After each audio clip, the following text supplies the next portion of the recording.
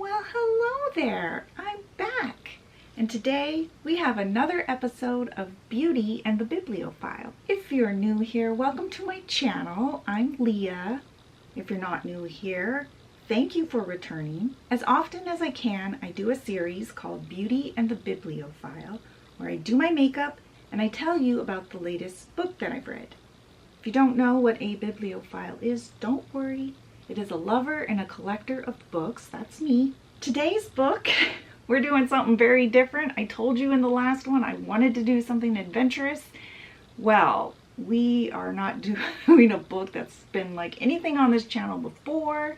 It is called Game Theory, A Simple Introduction, and it is by K.H. Erikson, and it came out in 2013. Now, if you don't know what game theory is, don't worry, that's all going to be explained. But I do want to let you know about a little bit of spoiler alerts, I guess you could call it. It's not a story, so But if you're thinking about reading this book and you don't want to know anything about it ahead of time, don't watch this video. If you are curious as to what game theory even is, if you've never even heard that term before, this would probably be a good video for you. Also, just so you know ahead of time, I know my makeup look is not like the most extravagant thing, but it's very hot today and this room is very hot and I have a headache and I forgot where I was going with that. Oh yeah, it's very hot and I didn't want to wear a bunch of lashes and stuff, so because that's really the only thing I didn't do was the lashes. Also, the subject matter of this book is a little difficult to convey. It's a little, what would you say, statistical a little bit, I guess. So my presentation is going to be a little bit different than normal. There's going to be a lot more of me reading from my script. You'll know. But it just made it a lot clearer to convey and hopefully more understandable for you. It's not going to be my new thing. It's just for this one. You'll see. You'll get it. Okay, so before we even get started, if you're interested in any of the products that I will be using, they will be listed in the description box below. Alright, so Game Theory, A Simple Introduction, and this is by K.H. Erikson, and it came out in 2013. So what exactly is game theory? Well, it's a model used to predict decision making, and it shows what could be going on in people's minds as they interact with one another. So it's used in mathematics, economics, politics, biology, and other disciplines to attempt to make sense of what may seem to be irrational behavior. And game theory suggests that people will always act in their best interest and will expect others to do the same. And it offers an explanation as to why people engage in certain behaviors. In very simple terms, it's the idea that all of life is a game and that you and everyone else are playing all the time, whether you want to be or not. It says that in every interaction between two living things, there is a choice to be made, and that decision depends on what kind of payoffs or level of gains that are on offer. Whether it's an argument between two lovers or between a boss and an employee, or someone bidding at an auction, they're all playing a game. Okay, I'm going to let my skincare sit in for a few minutes before we move on to makeup. Now, a player can choose between two basic options in any interaction, and that's either to act as an individual or to cooperate with the other player. Acting as an individual means that you are making decisions based on what is best for you. It may involve competing against the other player, or at least showing a willingness to, or not playing the game at all and instead doing your own thing. But either way, it represents some form of rebellion against the other player. The act of cooperation is showing the other player that you are willing in some way to work with them. That may be leaving the competition altogether or coming together and cooperating. The details aren't what's important, but what's important is the overall attitude that a player has towards their rival. So let's explore what a game matrix is. Since life itself is a game, no one can escape being a player. This makes the players focus on the long run outcomes very important, but also very difficult, because that means that other players can ruin your plan at any moment. So then, according to the rules of the game, the only smart thing to do is to focus on the short run outcomes and focus on what's best for you. So let's look at what a game matrix actually is. It's actually a grid that shows all the available options to each player in any given interaction or game. Now in this book, we only focus on matrices with 2 players for simplicity, but it's applicable up to as many players as you can think of. So then there's going to be, for all the game matrices that we'll be looking at in this book, there's going to be 4 possible outcomes. And that is that both player 1 and player 2 cooperate, or player 1 cooperates but player 2 rebels, or player 2 cooperates and player 1 rebels, or both players rebel. Those are the 4 options. So let's actually look at one of these grids, and I'll put it up on the screen here. But this first table shows what the payoffs could be for player 1 and player 2, right? So if you put your finger on one and you put your finger on another one and bring them together, there's 2 payoffs that will happen from that interaction, or that possible outcome of the interaction. So during each interaction, there will be a payoff for player 1 and a payoff for player 2. So then the next game matrix is on the next page, page 11, and you'll see how there are numbers assigned to the payoffs. Now the numbers don't necessarily really mean anything, except for a way for us to know how big of a payoff the player would get in comparison to a different payoff. We're also going to assume throughout this book that each player acts in a way that they think will get them the highest payoff, and that they know what that payoff is. So if the payoffs are assigned a number, 1, 2, 3, and 4, the highest valued outcome is a 4, and the lowest valued outcome is a 1, then we can assume that the players are going to chase outcomes of 4, and 3 as a second choice, 2 as a last resort, and a 1 is absolutely what they want to avoid. So let's try and look at this in a real world situation.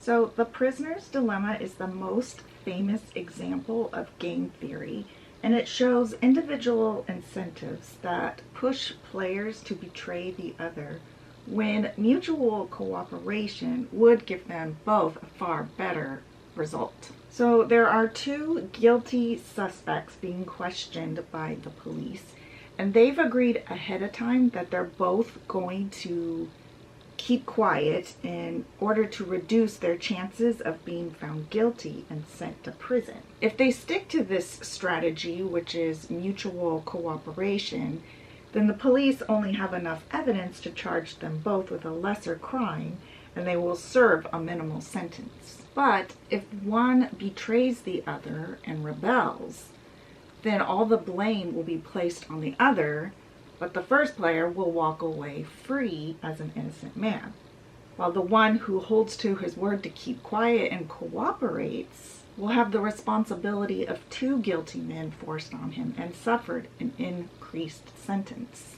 Now, if both suspects confess and betray the other, mutual rebellion, then they will serve the normal sentence for their crimes.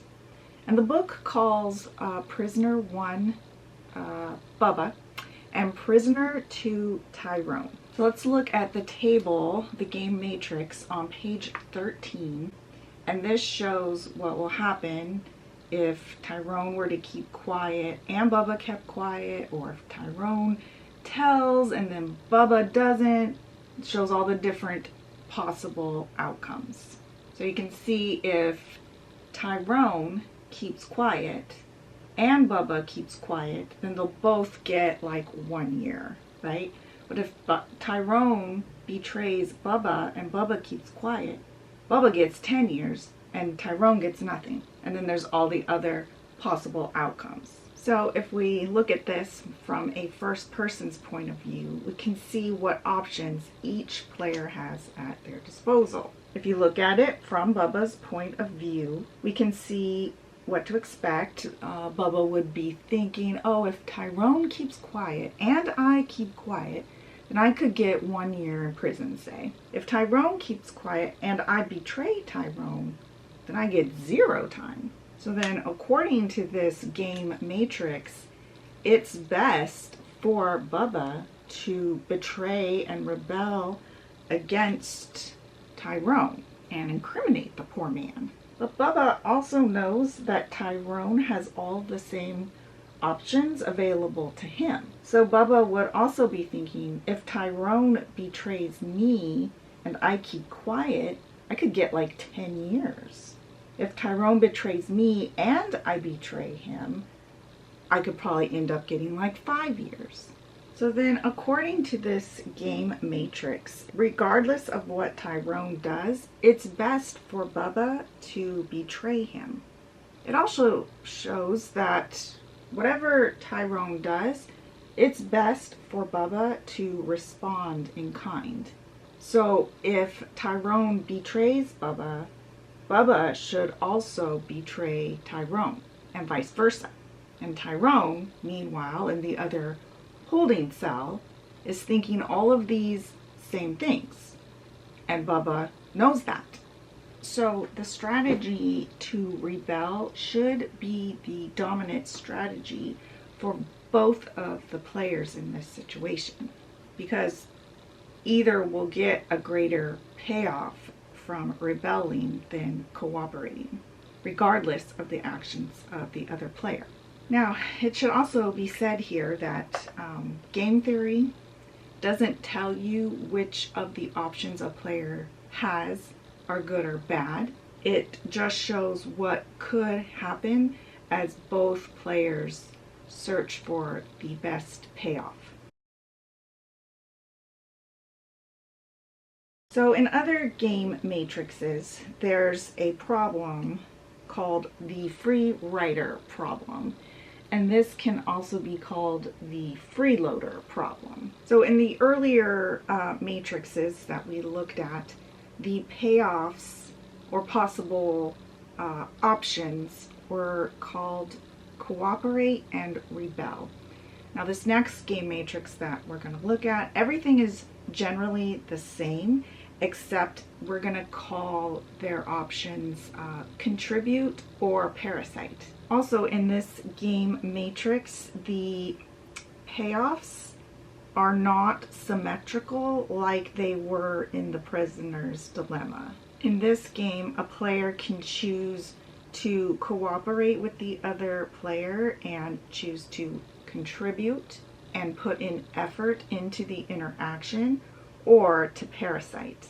To parasite is to make no attempt to offer anything and instead focus on taking what the other player has put in. If both players choose to parasite and give nothing to the interaction, then the outcome is 0 for one, but possibly 1 or more for the other player. And this can happen when one of the players is either a better or more efficient worker. When one player contributes and the other parasites, there will be a disparity in payoffs, with the parasitic player able to enjoy benefits created when someone else makes a competent contribution without having to exert any effort of their own. Meanwhile, while the poor player who contributed more will only see others take from them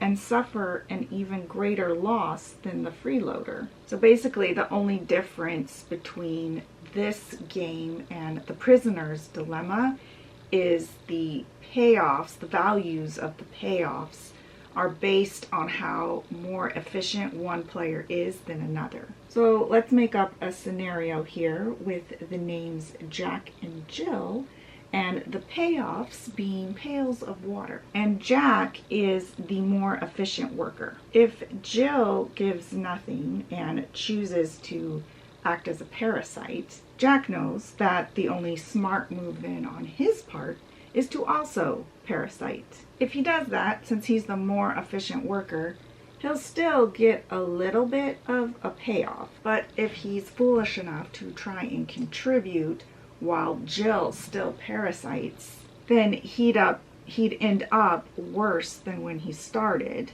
No matter what Jill does, since she's the least effective worker, Jack should still and always parasite. And that should be his dominant strategy. Now let's look at it from Jill's point of view.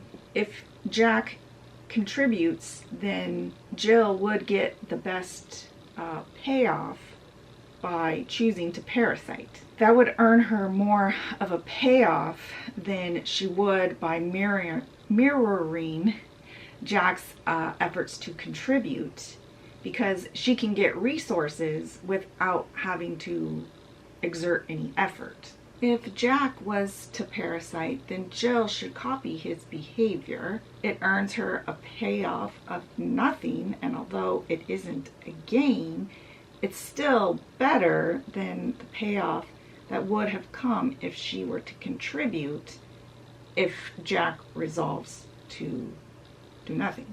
Like Jack, Jill's dominant strategy should be to parasite in all circumstances, since she is the less efficient worker. Even though she gets a smaller payoff from not contributing, it's almost better since she doesn't have to put in any effort. Now, both would have a better payoff if they both had contributed, and asymmetric payoffs don't necessarily change this outcome. Although Jack and Jill may not possess symmetrical payoffs, they still follow the payoff ranking of the prisoner's dilemma. The only difference is that Jack loses less from his payoff than Jill when Jill parasites, while Jack gains less from each outcome than Jill when Jack contributes, since he can contribute to more of an output. So let's look at this in another way. If two men were to work together and contribute effort to fix a road, both benefit by being paid a wage. But the more productive of the two may become resentful at not being rewarded for his more productive contribution, and instead seek to shrink back from his duty and try to parasite from the other, as that is the only way to be sure to prevent not being adequately compensated. Then the other has a reason to respond in kind, because nobody wants to work while somebody else sits back and takes credit. Not only is this outcome worse for the two players involved that mutual contribution would have given them, it's also worse for society as a whole. Another aspect of the game matrix is strategic cooperation. This is where there's some kind of outside authority that enforces certain rules upon the players. This forces the two players to be codependent on each other, and this authority will change the payoffs that are available. This will amend the game matrix now, leaving only 2 possible outcomes instead of 4. The two players either cooperate and get to mutually benefit from the payoffs of being part of the community, which includes this outside authority, or they both rebel and neither get to recoup the benefits of being part of that community. In games that involve multiple rounds, there is a tit-for-tat strategy that is usually used. In repeated games, the other player has the choice to respond in kind to punish the rebelling player. In areas based around prolonged interactions, the rebelling player has to remain around the player that he's just betrayed, who can then ruin his plans of achieving the maximum payoffs of the game. In a tit-for-tat strategy, a player openly states that his intention to do whatever the other player did in the previous round. So consider two players having repeated interactions like in a relationship. We'll call player 1 man and we'll call player 2 woman. If man cooperated, then woman will respond in kind the next chance that she gets. But if she sees him moving to rebel, then she'll follow suit and do that instead. And if the woman decides to adopt such a zero tolerance strategy, then it makes sense that the man will also adopt this tit for tat strategy. And it makes sense that he would do this because he would want to avoid any negative payoffs associated with cooperating with a rebelling player. If the man and woman start out cooperating and following this tit for tat strategy, then it would make sense that from there on out, all of their rounds would end in man cooperates, woman cooperates, and resulting in the maximum payoff for both of them. But say the woman, for some reason, in one of the rounds chooses to rebel. Then in the next round, she will have to take her punishment because the man is using a tit for tat strategy. Now, if she takes responsibility for what she had done and the man forgives her, then after that, both players should return to cooperating and following the tit for tat strategy. Then the results should return to both of them getting the maximum payoffs from then on out. But if the woman does not take responsibility, then the other player may choose to screw them over, returning to the tit for tat strategy. In this case, there would be diminishing payoffs for both sides. So there are a few problems with this tit for tat strategy. While a tit for tat strategy could encourage both players to cooperate, once a player does rebel, there's really no going back to mutual cooperation under the system, and future gains are gone forever. Also, the tit for tat strategy might not work if the payoffs for rebelling are significantly higher than for cooperating. But the biggest problem of the tit for tat strategy is that it only works if there's going to be future rounds of interaction. Without that, then there's no punishing a player for rebelling, and there will just likely be more rebellion.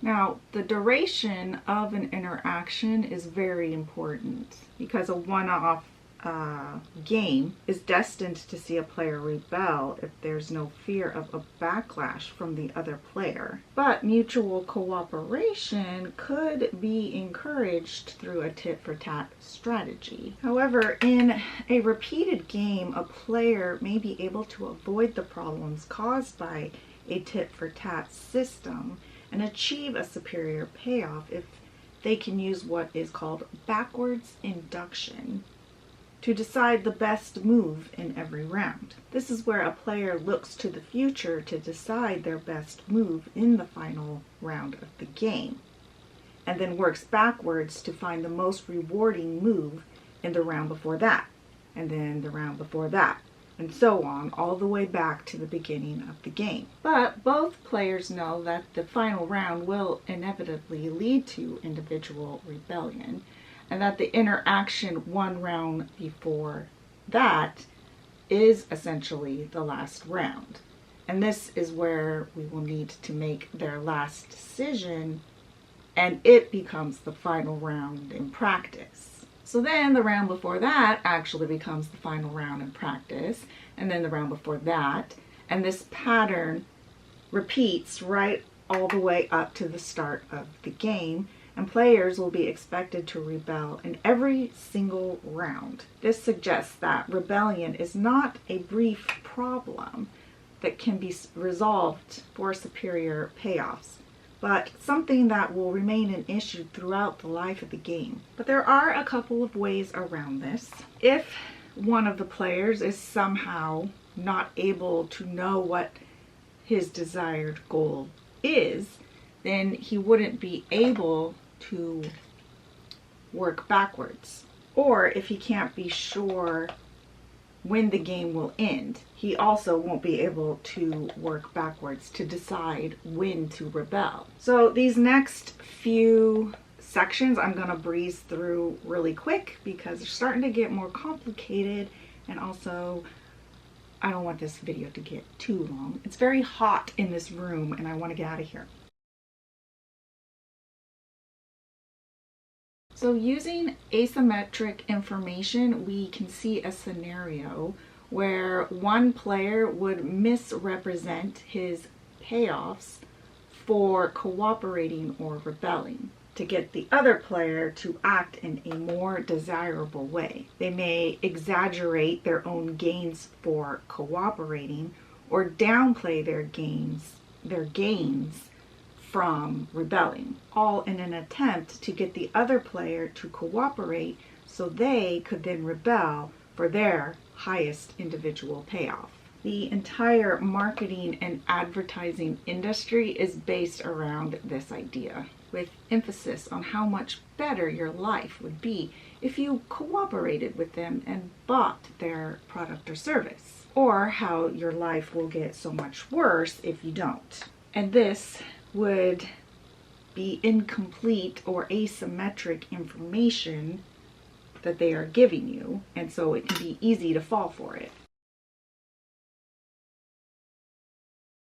So all the games that we have seen so far follow the prisoner's dilemma, where players are expected to sabotage potential shared gains for individual incentives to rebel, usually resulting in a mutual rebellion. Our discussion so far has been over how players will try to change the game and dominate strategies to rebel. But there are many games that don't follow this natural pattern, where the game is more adversarial in nature. And evolutionary biology is one of the strongest examples of game theory. And the rule of the animal kingdom is fight or flight. So, to adapt to their environment, some animals have evolved wings as a way to escape, while others have grown sharp claws and teeth in order to have the ability for fighting. But no animal relies on just one of these pathways. Every animal must know when it's time to fight and when it's time to flee, because both are possible outcomes during any interaction. This game is well known as the hawk-dove game, and it doesn't refer to the two different types of birds. It's instead referring to the two types of behaviors that are available to a player. There's two players in this game, and each has the choice to act as a hawk and fight, or to act as a dove and avoid fighting. So the goal is to secure the most amount of a resource as possible while still avoiding a costly fight to get it. If both animals act hawk, then there's going to be a fight, and they're going to have to share the resource in some way. If both act dove, then they'll have to share the resource still, both getting probably equal amounts. But if one acts hawk and one acts dove, then the one who acts hawk is going to get all of the resource, and the one who acts dove gets nothing. The result of the hawk-dove game supports evolutionary biology and a survival of the fittest theory, where players find their own niche where they can fight best instead of following the same path.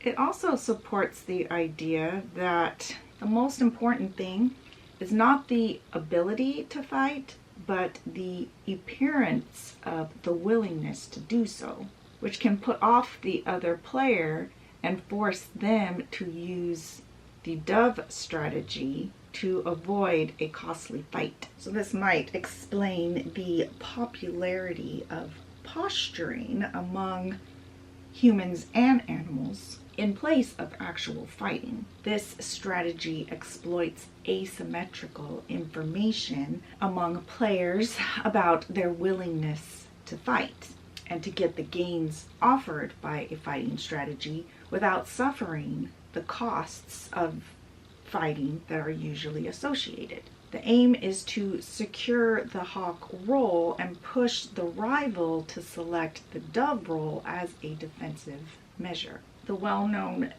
chicken game looks at the issue of bluffing specifically and follows a similar format to the hawk-dove game when the cost of fighting is greater than its prize. So if you're not familiar with the game of chicken, it usually goes something like this. Two cars at opposite ends of a track face each other. Each driver starts their engine and puts the pedal to the metal. Hold onto the steering wheel to keep their car straight and on course, straight for the other driver. If both players' cars stay on course, then they are going to have a head-on collision.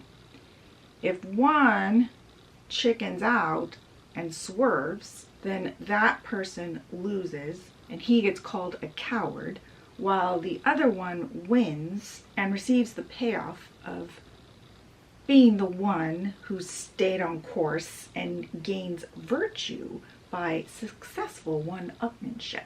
But if both flinch and turn off course, then they both lose and they each get a payoff of 0, I guess. Now, like the hawk-dove game, the key to success in getting the best payoff in this game is to show an apparent willingness to stay the course no matter what happens in order to get the other player to move the car off the straight path.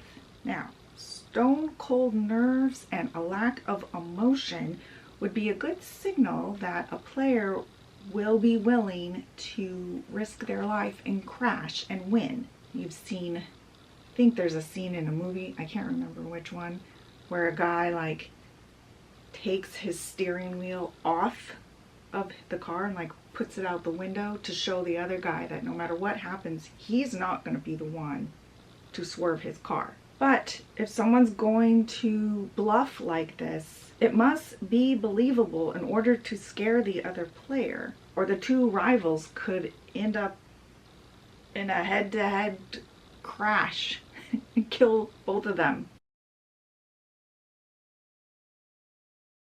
Now, game theory has a lot of critics who say that the model is just simply wrong because its predictions do not come to fruition in the real world. Game theory says that most people have individual incentives to betray each other and are likely to do so with regularity. But this isn't what we see in society as a whole. Most people cooperate every day on many different levels. And even take the prisoner's dilemma, for example. There are countless examples of two guilty suspects that said nothing to the police, and both were rewarded with a lower sentence because they didn't talk. There's also examples of one suspect taking the fall for the other, saying that it was all him, that the other guy had nothing to do with it,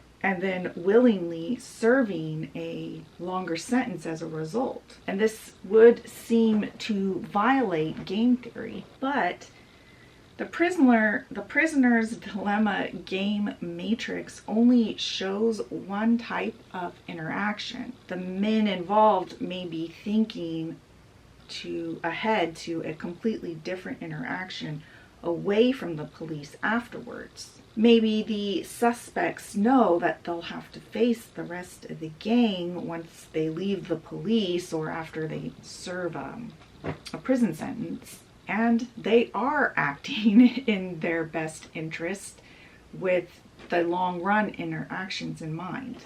So it isn't that game theory is necessarily wrong, but that the particular game matrix hasn't accounted for additional games that will be taking place later in the future. Another argument used to discredit game theory is altruism. Altruism. When people put the interest of others before their own. And this also goes against everything that the model teaches about players following their own individual incentives. There are many long-term relationships where a man or a woman rebels continuously and relentlessly, taking more and more without ever giving anything in return. And the other partner continues to cooperate and altruistically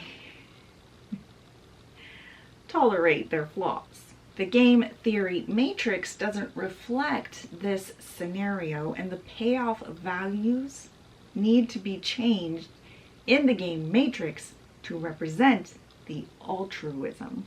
This can explain unexpected long-run outcomes where one player appears to accept suffering a poor payoff over an extended period, despite having the power to individually change it. It isn't game theory failing to represent the situation, but the incorrect payoffs that have been entered into the game matrix, which don't represent the altruistic situation taking place.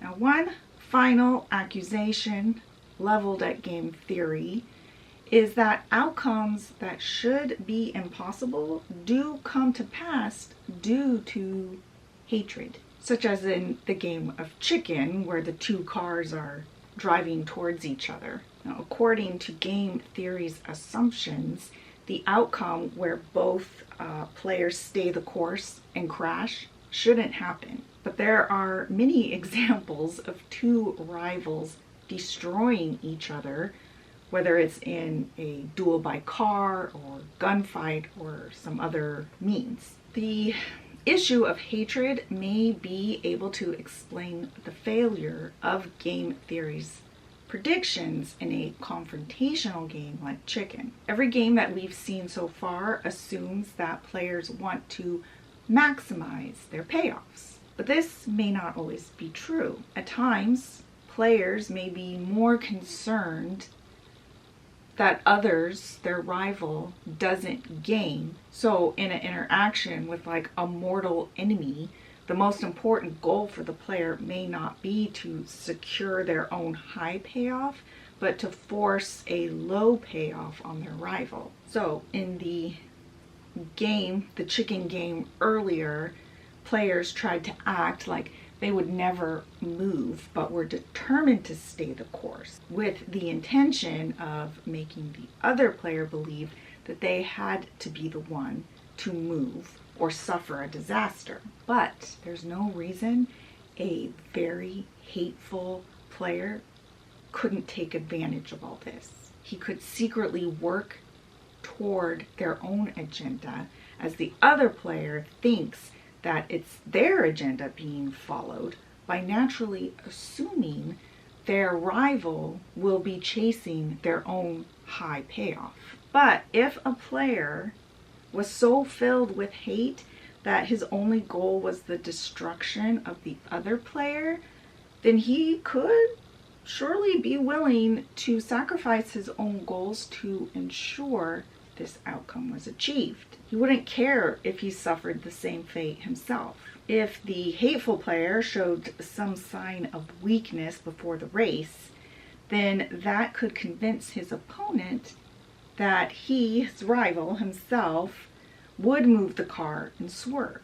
Even if it was at the very last moment, that time would never come. And instead, both players would suffer and crash, just as the bitter, hateful player always wanted. So the phenomenon of a hatred causing unpredictable and suboptimal results can be seen far beyond the game of chicken. Most people sitting in jail for murder are not usually there due to a rational decision to follow their own high payoffs, but instead an emotional decision to force a low payoff on another person. So this perhaps is the one area that game theory does fail. The model always assumes that the players are acting rationally and making decisions not on emotion. And when players don't act rationally and in their best interest, then anything is possible. And game theory's ability to predict the future is limited in this case. The end. So yeah, I know this was a different one. Like I said in my last video, I was in the mood for something different and something a little more adventurous.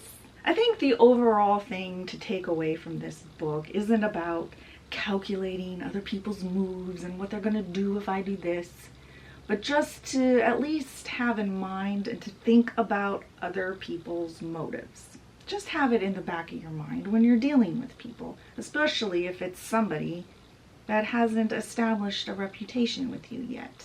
Now, I remember there was this movie called War Games when I was a kid. I tried to find it somewhere for free. I wasn't gonna pay for it. But it's about this, and it has like the whole, like, it's talking about nuclear war and stuff. It's from like the 80s during the Cold War. But it's actually talking about game theory. So that's definitely a more entertaining way to explore these ideas if you're interested. War Games. It's called War Games. Anyway, so I'll link this book in the description if you're interested. It's not an affiliate link. I just put it there for your convenience. And if there's any books that you would like me to do a terrible summary on, this was a terrible one, I know, I'm sorry. Leave it in the comments, I'll look into it. If you did happen to like this video, let me know with a like. It lets me know what kind of videos I should be working on, and it lets me know you care. Make sure and subscribe and hit the notifications bell so that you don't miss another upload of mine, another terrible summary of a great book. And remember, always think about other people's motives. And I will see you in the next one. Bye! So what exactly is game theory? Cooperate? No. While Jack, or if he can't be sure when the game will win. And so hot and uncomfortable. So hot. Okay. So to maybe the sucks. God.